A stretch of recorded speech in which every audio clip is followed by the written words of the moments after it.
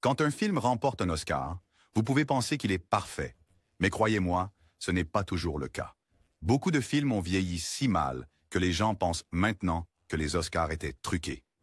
Nous allons parler de 19 films, et nous pensons que vous serez d'accord avec nous après avoir su ce que nous allons vous dire dans cette vidéo. 1.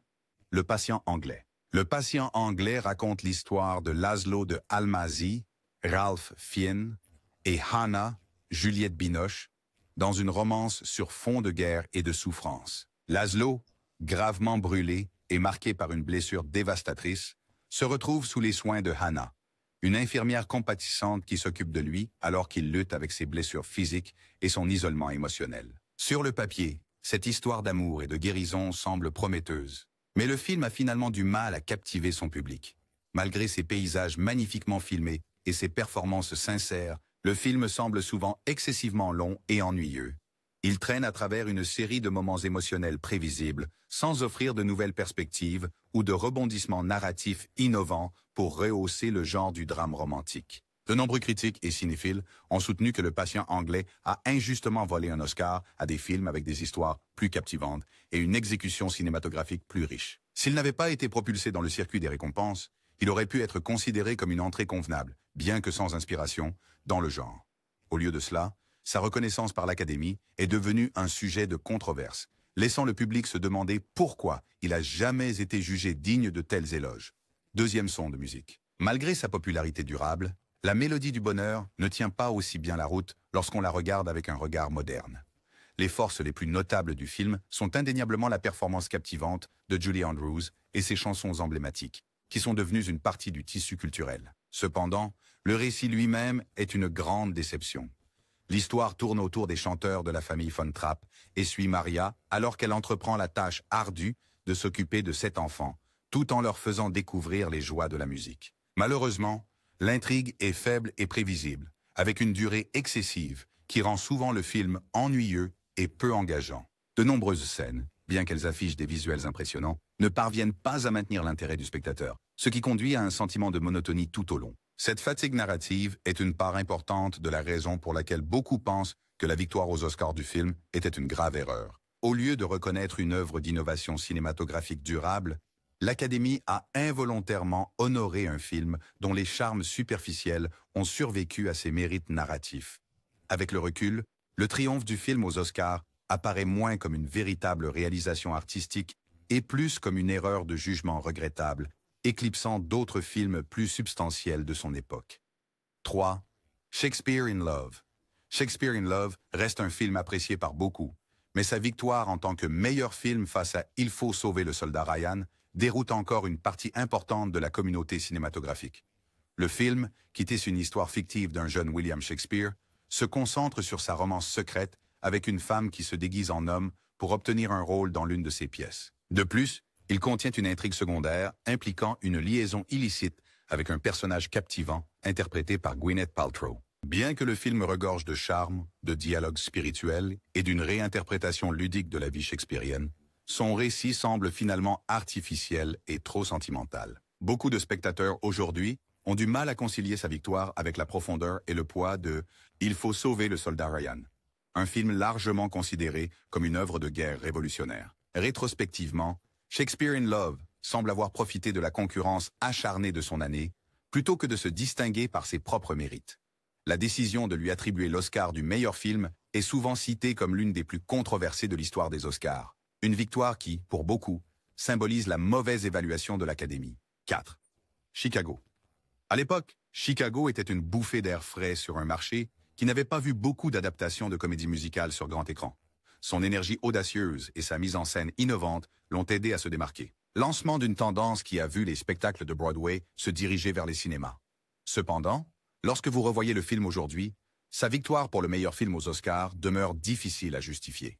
Bien que Chicago soit certainement l'une des meilleures adaptations dans le genre musical, il lui manque les qualités extraordinaires que l'on attend d'un gagnant du meilleur film. Selon les normes contemporaines, le film ressemble plus à une comédie musicale bien réalisée qu'à un accomplissement cinématographique révolutionnaire. Sa chorégraphie éblouissante et ses numéros de production soignés étaient innovants à leur époque, mais ils semblent maintenant solides, plutôt que révolutionnaires. Si Chicago était sorti au cours des 5 dernières années, il aurait probablement été relégué sur la touche. recevant des nominations aux Golden Globes, mais sans remporter la distinction suprême de l'Académie. En fin de compte, le triomphe de Chicago aux Oscars semble moins refléter un éclat intemporel et davantage le produit de son moment unique, une époque où son succès a contribué à redéfinir le genre musical pour Hollywood. 5. Driving Miss Daisy.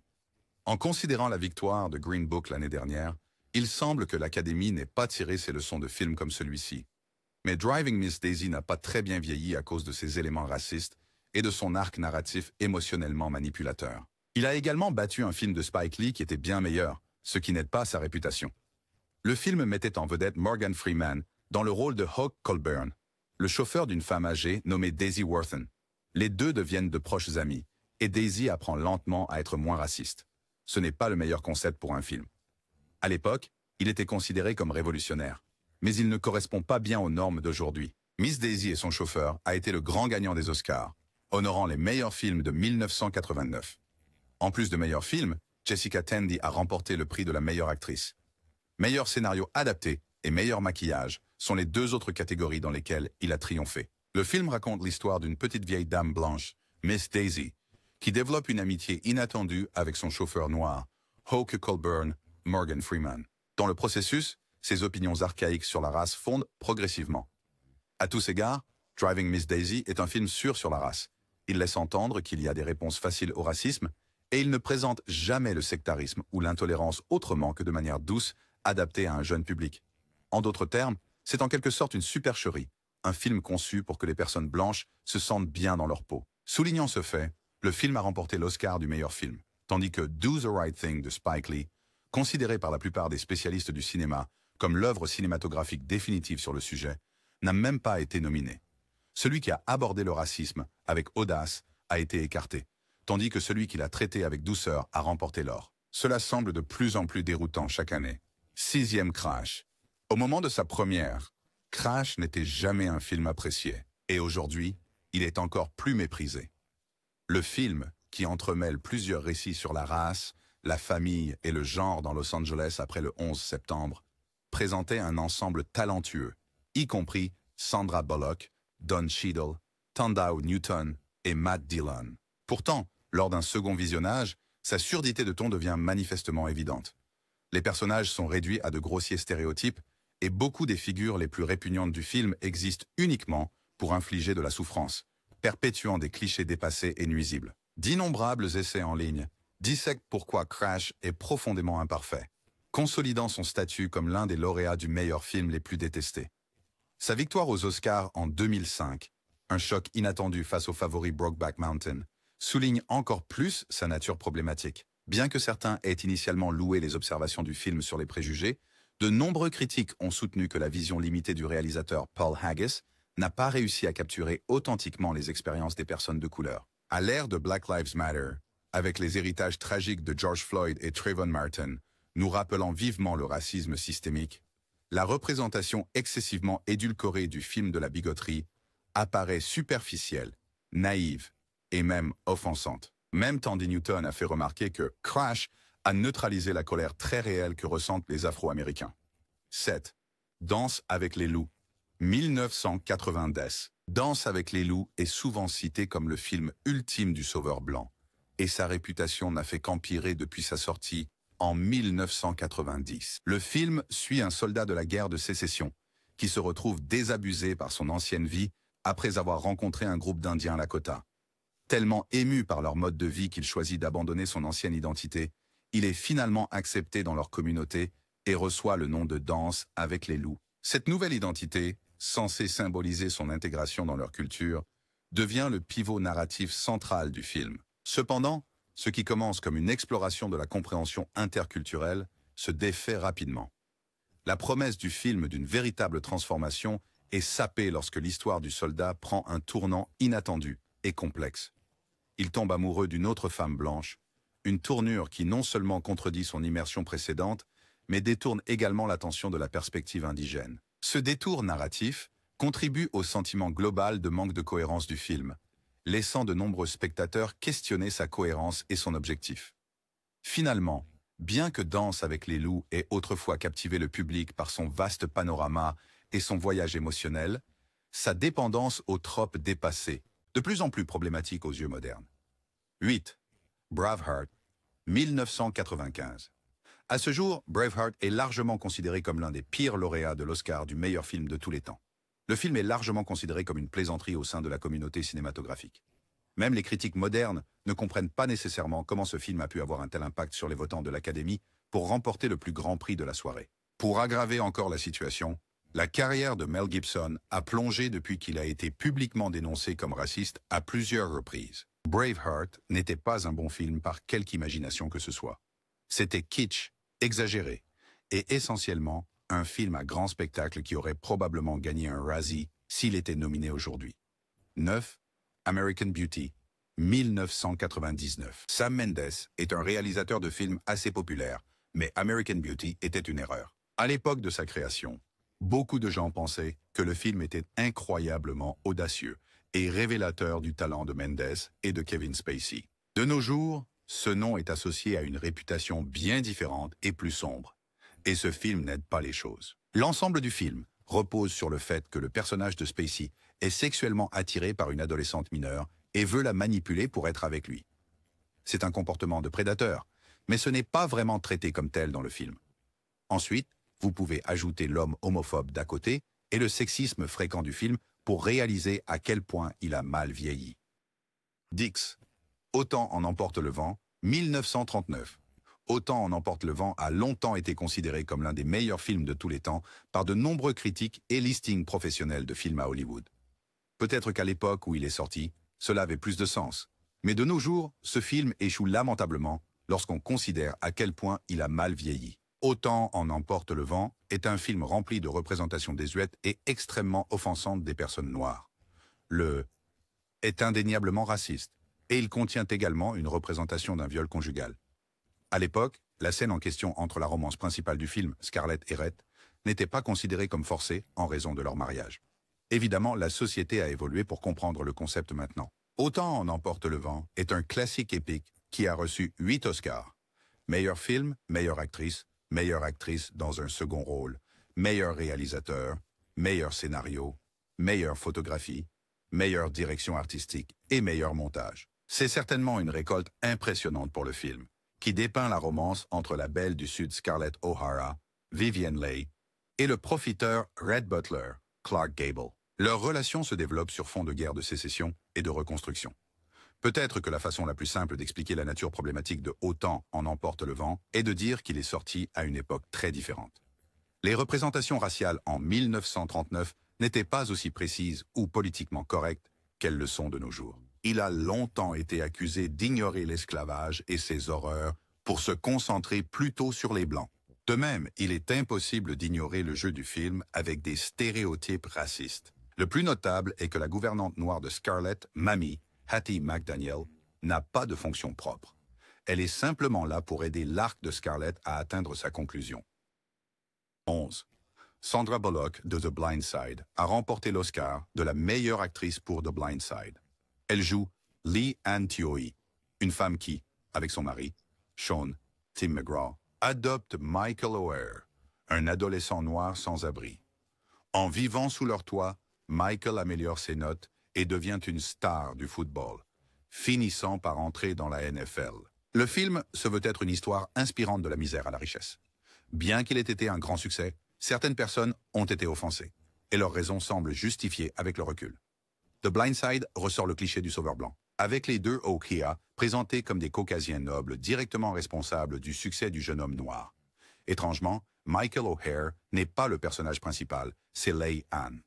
En d'autres termes, l'histoire du joueur de football noir à succès est filtrée à travers le prisme de la bienveillante femme blanche qui lui a donné l'opportunité. En ajoutant à la mauvaise image, le fait est que le vrai Michael O'Hare n'a pas que des choses gentilles à dire sur les Thioey. Il a affirmé que le couple ne l'avait jamais réellement adopté, mais l'avait dupé pour qu'il signe un document les nommant comme ses tuteurs. En vertu des termes de ce document, ils se sont enrichis grâce à son histoire, grâce à un livre à succès. Engagement de parole de Leigh Ann et le film oscarisé, alors qu'il n'a rien obtenu. 12. Appelle-moi par ton nom. Le drame romantique. Call Me By Your Name a remporté le prix du meilleur scénario adapté aux Oscars. Timothée Chalamet joue le rôle d'Elio, un vivre avec ses parents en Italie. Il entame une relation sexuelle avec Oliver, Armie Hammer, le jeune assistant de recherche de son père. Le film dépeint l'éveil érotique d'Elio avec Oliver comme une belle chose. Sans surprise, cela a retourné l'estomac de certains spectateurs. Call Me By Your Name ne reconnaît jamais l'horreur morale d'un adulte choisissant de participer à une aventure sexuelle avec un mineur. Au lieu de cela, on demande aux spectateurs d'être touchés par le lien entre les personnages. Dans la vie réelle, les adolescents qui s'engagent dans de telles relations avec des adultes ressentent souvent des sentiments de violation et de confusion. Le film élude ce fait gênant. Une deuxième critique est venue des membres de la communauté LQB+, qui n'ont pas aimé que le réalisateur Luca Guadagnino ait engagé 2 acteurs hétérosexuels pour une histoire d'amour gay. Le cinéaste a tenté de se défendre, plutôt faiblement, auprès de The Independent, en disant « Green Book ». Green Book a remporté 3 Oscars. Il a reçu les trophées du meilleur film, du meilleur scénario original et du meilleur acteur dans un second role pour Mahershala Ali. Basé sur une histoire vraie, le film parle d'un videur blanc raciste de boîte de nuit nommé Frank Vallelonga, Viggo Mortensen, qui a été engagé pour conduire le personnage de Ali, le pianiste afro-américain Don Shirley, durant sa tournée de concert dans le Sud profond. Ils forment une amitié improbable qui amène Vallelonga à abandonner ses vues bigotes. Bien que vous puissiez certainement voir Green Book comme une histoire inspirante sur un raciste qui apprend à changer ses manières, cela nécessite de fermer les yeux sur le trope du sauveur blanc, qui a longtemps hanté les films hollywoodiens. Mis à part Vallelonga qui sort Shirley à plusieurs reprises de situations potentiellement dangereuses, l'histoire se concentre sur sa transformation et son parcours, plutôt que sur celui de l'homme noir accompli. Beaucoup de gens ont justement protesté contre le fait de faire d'un homme blanc la figure centrale de l'histoire d'un homme noir. En parallèle, il y a la représentation de Shirley comme un négro magique, stéréotypé, qui aide le blanc à devenir une meilleure personne. Les membres de la famille de Don Shirley font partie de ceux mécontents de Green Book. Ils ont mal pris que le film sous-entende que Shirley était éloigné de sa famille et qu'il n'avait pas participé à l'activisme au sein de la communauté noire. Son frère, Donald, l'a qualifié de symphonie de mensonges. 14. The Crying Game. Le jeu des pleurs, qui a remporté l'Oscar du meilleur scénario original, est devenu un succès surprise en 1992, grâce à une campagne marketing astucieuse, demandant aux spectateurs de ne pas révéler le principal rebondissement de l'histoire. Ce scénario implique Fergus, un membre de l'IRA, joué par Stephen Rea, qui tient sa promesse de prendre des nouvelles de la petite amie d'un soldat britannique kidnappé. Il finit par tomber amoureux de la femme, Deal, jouée par Jade Davidson. Le retournement de situation que Miramax ne voulait pas voir gâché est que Deal est transgenre. Cela est révélé au début d'une scène d'amour, où elle se déshabille et l'on découvre qu'elle a des organes génitaux masculins. Fergus réagit en courant à la salle de bain et en vomissant. Bien que l'amour de Fergus pour Deal finisse par l'emporter, The Crying Game a été critiqué pour avoir utilisé l'identité trans comme un retournement de situation. Comme l'a souligné l'écrivaine trans Natasha T.R. Hughes, Deal n'a pas d'identité masculine. Elle existe à l'écran et sur la page en tant que femme, sauf pour un moment crucial. Ce moment, bien sûr, était une grande révélation. À aucun autre moment dans l'histoire, Deal n'est considéré comme un homme, ce qui fait que le rebondissement est perçu comme un artifice bon marché par de nombreux spectateurs trans. La réaction de Fergus a également suscité quelques critiques, et elle paraît encore pire aujourd'hui, alors que notre compréhension sociétale des personnes transgenres est plus progressive qu'en 1992. Le fait qu'ils vomissent de dégoût semble maintenant profondément transphobe, et pourrait potentiellement véhiculer le message que l'identité transgenre est quelque chose de repoussant. La couleur des sentiments. Basée sur un roman à succès du même nom, La couleur des sentiments a valu à Octavia Spencer l'Oscar de la meilleure actrice dans un second role. Elle joue Minnie Jackson, l'une des nombreuses gouvernantes noires travaillant pour des familles blanches riches dans le Mississippi pendant les années 60. Elle est interviewée sur ses expériences par l'écrivaine en herbe Skeeter Phelan, interprétée par Emma Stone. Le film a été un énorme succès à l'été 2011, grâce à un casting remarquable qui comprend également Viola Davis, Jessica Chastain et Bryce Dallas Howard. Les discussions culturelles sur la race ont beaucoup avancé depuis la sortie de The Help, donc son approche du sujet semble désormais quelque peu rétrograde. En particulier, il est étrange de voir l'histoire des femmes noires racontée du point de vue d'une écrivaine blanche. Le choix d'avoir Skeeter comme personnage principal, là pour raconter les histoires des femmes noires à leur place, est fondamentalement mal avisé. Davis elle-même a de fortes réserves au sujet de The Help. Elle a dit à Vanity Fair qu'elle regrettait d'avoir fait le film parce qu'au bout du compte, ce n'étaient pas les voix des domestiques qui étaient entendues. L'actrice a ajouté « Si vous faites un film où tout le principe est « Je veux savoir ce que ça fait de travailler pour des Blancs », Les enfants en 1963, je veux savoir ce que vous en pensez vraiment. Je n'ai jamais entendu cela durant le film. 6. The Hurt Locker. The Hurt Locker de Catherine Bigelow a été un grand gagnant aux Oscars, remportant 6 récompenses. Meilleur film, meilleure réalisatrice, meilleur scénario original, meilleur montage de film, meilleur montage sonore et meilleur mixage sonore. Jeremy Renner incarne le sergent-chef William James, membre d'une équipe américaine de déminage chargée de désamorcer des engins explosifs improvisés pendant la guerre d'Irak. Regarder James et ses coéquipiers désamorcer des engins explosifs, parfois sans succès, procure une tension considérable à couper le souffle. Beaucoup de vétérans de la vie réelle n'ont pas été enthousiasmés par le film.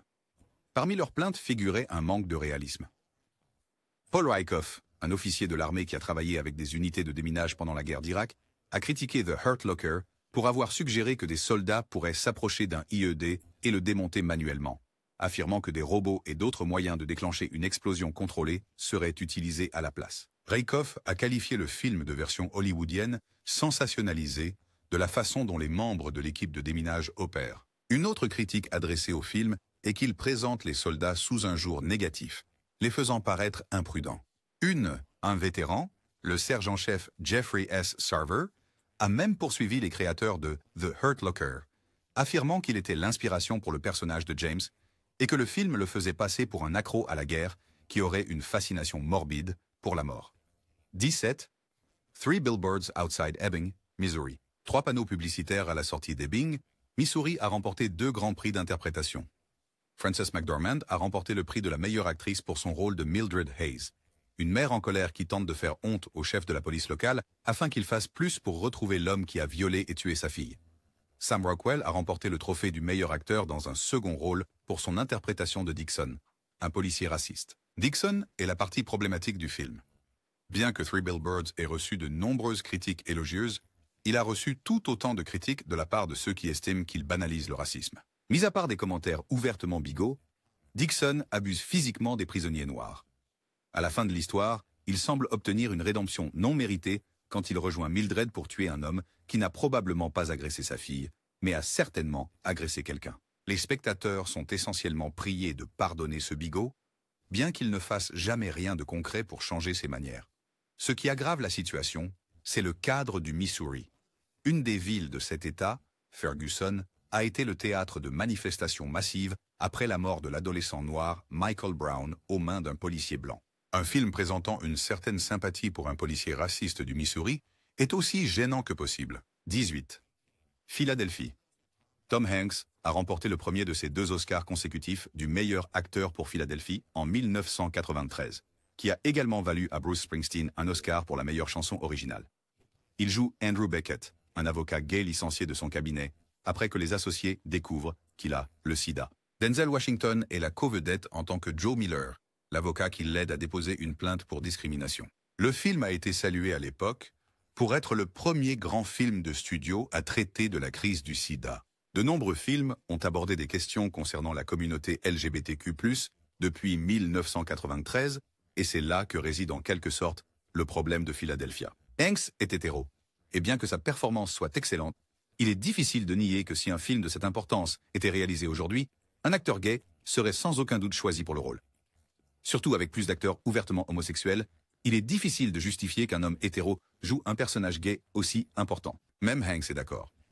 Il a dit au magazine The New York Times que son casting avait du sens en 1993, quand les films grand public sur le thème gay étaient pratiquement inexistants, mais ne le feraient pas aujourd'hui, a-t-il dit.